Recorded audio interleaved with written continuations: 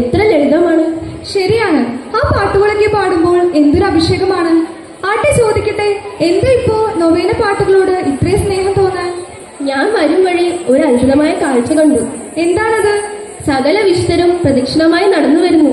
ശരിക്കും? ശരിക്കും. ഹായ്, എന്തൊരു ഭാഗ്യമാണ് എല്ലാ വിശുദ്ധരെയും ഒരുമിച്ച് കാണാൻ. എനിക്കും അവരെ കാണാൻ കൊതിയാവും. എങ്കിൽ വേഗം വരൂ, ഞാൻ അവരെ നിനക്ക് കാണിച്ചു തരാം. നീ ഒന്നും മിണ്ടാതിരിക്കാമോ? എന്നും ഈ വീട്ടിൽ ഒച്ചപ്പാടാണ്, സമാധാനമില്ല, നാശം. അല്ലെങ്കിലോ അത് ഞാൻ പറയുന്നതിന് ഇവിടെ ഒരു വിലയില്ല. അപ്പച്ചനും അമ്മച്ചിയും ഇങ്ങനെ വഴക്ക് തന്നത് എന്തിനാ? ഇങ്ങനെ പോയാൽ ശരിയാവൂല.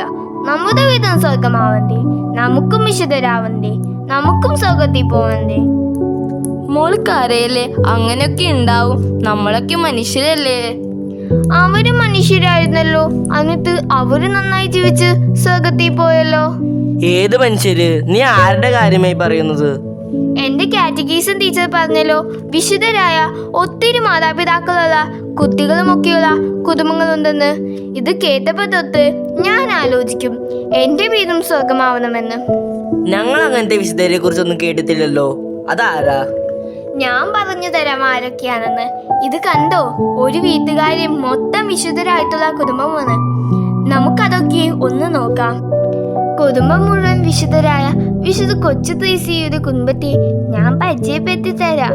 മാർട്ടിൻ സിലുഗരി ദമ്പതികളുടെ അനുഗ്രഹീതമായ കുടുംബത്തിലേക്ക് 9 കുഞ്ഞുങ്ങളെ ദൈവം നൽകി. അതിൽ 4 പേർ നേരത്തെ തന്നെ ദൈവസന്നിധിയിലേക്ക് വിളിക്കപ്പെട്ടു. ശേഷിച്ച 5 പേരും കർത്താവിന്റെ മനവാട്ടിമാരായി തീർന്ന അനുഗ്രഹീത കുടുംബം. മക്കളുടെ ജീവിതത്തിൽ ഒരു തെറ്റുപോലും വരാതിരിക്കാൻ ആ അമ്മ ശ്രദ്ധിച്ചിരുന്നു. അമ്മയുടെ മരണശേഷം പിതാവായ മാർട്ടിനും ഈ ജീവിത രീതി പിന്തുടർന്നു. മകളെ ഓരോരുത്തരെയും സ്വർഗത്തിലേക്ക് നയിച്ചുകൊണ്ട് സ്വയം വിജയകിരീടം അണിഞ്ഞവരാണിവർ. ഇനി ഞാൻ വിശുദ്ധ ജിയന്ന പുണ്യവതിയെ പരിചയപ്പെടുത്താം. വിശുദ്ധ ജിയന്ന ഭാര്യ, അമ്മ, ശിശുരോഗ വിദഗ്ധ എന്നീ നിലയിൽ ദൈവത്തിൻ്റെയും മനുഷ്യരുടെയും പ്രീതിക്ക് പാത്രമായി.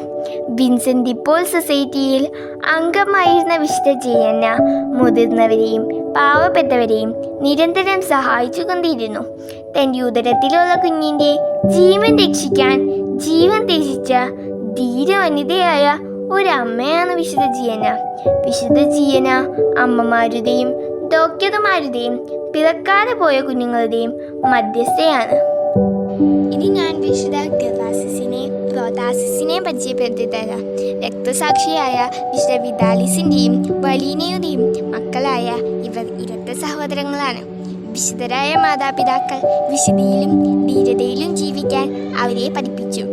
വളരെ സമ്പത്തുള്ള ഒരു കുടുംബമായിരുന്നു അവരുടേത്. എന്നാൽ ഈ സമ്പത്ത് കൊണ്ടൊന്നും ഒരു നേട്ടവുമില്ലെന്ന് തിരിച്ചറിഞ്ഞ അവർ സമ്പത്തെല്ലാം ദരിദ്രർക്കായി ദാനം ചെയ്തു. പിന്നീട് വനത്തിൽ പോയി തപസ്സിലും പ്രാർത്ഥനയിലും ജീവിച്ചു. അതിനുശേഷം പ്രഘോഷിക്കുവാൻ ആരംഭിച്ചു. ഈശോയെ പ്രതി ധീര രക്തസാക്ഷികളായി തീർന്നു. ഇനി ഞാൻ വിശുദ്ധ റീത്തയെ പരിചയപ്പെടുത്തി തരാം.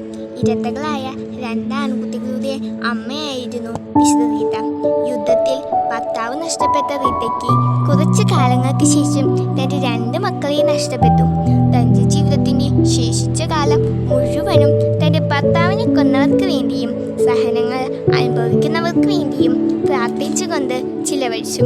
ഇന്ന് അസാധ്യ കാര്യങ്ങളുടെ മധ്യസ്ഥയാണ് വിശുദ്ധ റീത്ത. ഇനി ഞാൻ വിശുദ്ധ സിസിലിയെ പരിചയപ്പെടുത്തി തരാം. വിശുദ്ധ സിസിലി യൗവനത്തിൽ തന്നെ നിത്യകന്യകാത്വം നേർന്നു. മാതാപിതാക്കൾ നിർബന്ധിത വിവാഹത്തിലേക്ക് നയിച്ചു. തൻ്റെ ശരീരത്തിന് കാവൽ നിൽക്കുന്ന കാവൽ മാലാഖയെ ഭർത്താവിന് പരിചയപ്പെടുത്തുകയും അതൊരിക്കൽ നേരിൽ കണ്ട ഭർത്താവ് മാനസാന്തരപ്പെടുകയും ജ്ഞാനസ്നാനം സ്വീകരിക്കുകയും ചെയ്തു. വിശുദ്ധ സിസിലിയെ ദേവാലയ സംഗീതത്തിൻ്റെ മധ്യസ്ഥയായി ആദരിച്ചു വരുന്നു. ഇനി ഞാൻ വിശുദ്ധ മോനിക്കയെ പരിചയപ്പെടുത്തി തരാം. ക്രൈസ്തവ വിശ്വാസിയായ അമ്മ എങ്ങനെയായിരിക്കണം എന്നതിന് ഉത്തമ മാതൃകയാണ് മോനിക്ക. ഭർത്താവ് ക്രൂരനായിരുന്നുവെങ്കിലും അവൾ അയാളെ ഏറെ സ്നേഹിച്ച് ഭർത്താവിനെ ക്രൈസ്തവ വിശ്വാസത്തിലേക്ക് കൊണ്ടുവരാൻ അവൾ നിരന്തരം പ്രാർത്ഥിച്ചു കൊണ്ടിരുന്നു. മരണക്കിടക്കയിൽ വെച്ച് ഭർത്താവ് മാനസാന്തരപ്പെട്ടു ജ്ഞാനസ്നാനം സ്വീകരിച്ചു.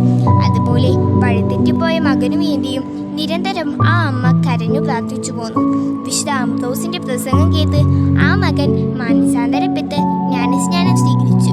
വിശുദ്ധ മോനിക്കയുടെ കണ്ണുനീരിന്റെ പുത്രനാണ് വിശുദ്ധ അഗസ്റ്റിൻ. ഇതുപോലെ എത്ര വിശുദ്ധരാണെന്നറിയോ? നമുക്കും വിശുദ്ധരാവണ്ടേ? നമുക്കും വിശുദ്ധരാകണം. ഇനി ഞങ്ങൾ തല്ലുപിടിക്കില്ല മോളെ. കുടുംബം കൂടുമ്പോൾ ഇമ്പമുള്ള കുടുംബം, ദൈവം സ്ഥാപിച്ച കുടുംബം, ഭൂമിയിലെ സ്വർഗം കുടുംബം, ദൈവം വാഴും കുടുംബം, ഭൂമിയിലെ സ്വർഗം കുടുംബം, ദൈവം വാഴും